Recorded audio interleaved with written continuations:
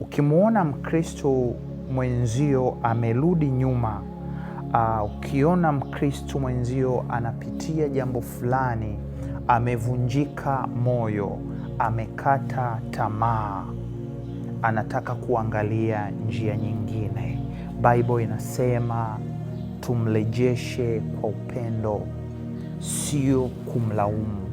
Wakristo wengi tumekuwa tunalaumiana na kuonana sisi ni wadhambi.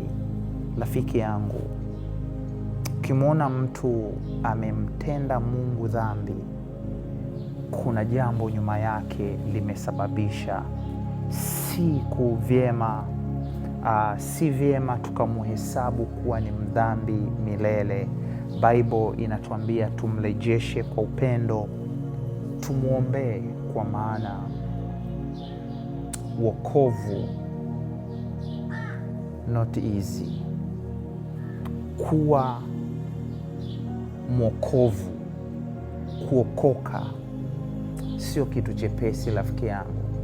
Tulikuwa tunaambiwa kwa Yesu tambalale, kwa Yesu kuna kila kitu, kwa Yesu kuna mambo yote.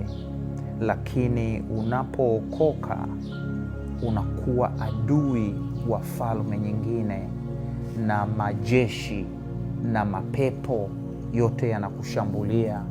Na ndio maana vita ya wokovu wetu ni kubwa na ngumu. Unapomwona mtu anarudi nyuma, tusimwache akarudi kwa shetani.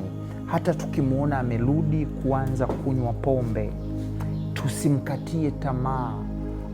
Kwa nini amerudi na tukamwona ni mdhambi?